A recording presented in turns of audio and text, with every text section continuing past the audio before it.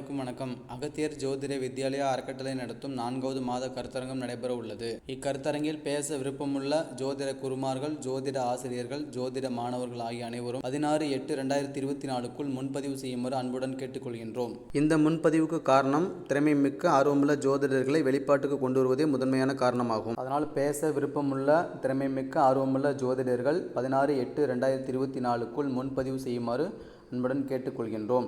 இக்கருத்தரங்கமானது நடைபெறும் நாள் 24/8/2024 சனிக்கிழமை ஆவணி 8ஆம் தேதி. நடைபெறும் நேரம் காலை 9:05 முதல் மாலை 6 மணி வரை.